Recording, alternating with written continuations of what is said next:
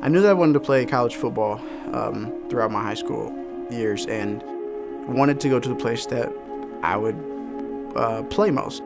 I had no intentions of developing my faith or growing my relationship with Christ. My first day of class, it started to make me feel uncomfortable because I felt as if I didn't belong here. I knew that I got into Yale on a football scholarship, essentially, and the students who were around me, their vocabulary was much stronger than mine. The way they reasoned through certain things, seemed to flow better than I was, and that's what led me to being involved in areas in which I felt accepted and cool. Whatever I could do to get people to like me was my goal in those first few days. A lot of that involved drinking, a lot of that involved smoking. There was a strong focus around if you were having sex with a girl at night, and that played a large role into who was popular.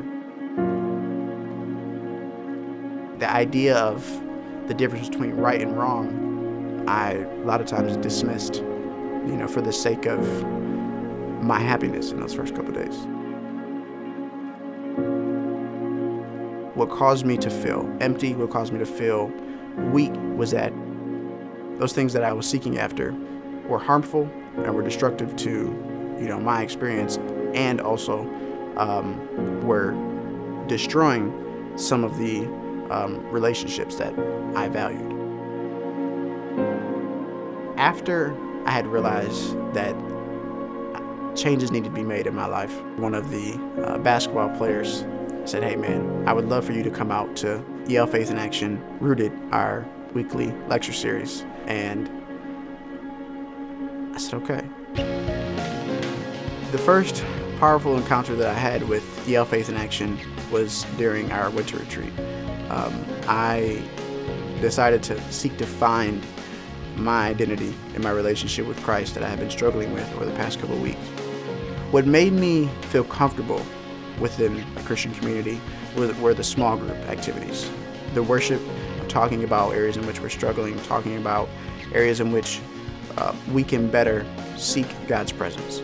At that retreat, I experienced God's grace like none other before. The students in Yale Faith in Action are very, very loving. They came up to me with so much love, so much compassion as I started to tell my story and share with some of the students. One of the main things that I've learned is that regardless if I'm doing vocational ministry, government work, or teaching, God will be pleased with what I'm doing as long as I'm seeking His will and I'm seeking His guidance. It's become so natural for me to rely on scriptures and the Word of God for my strength rather than what the world or someone else may tell me.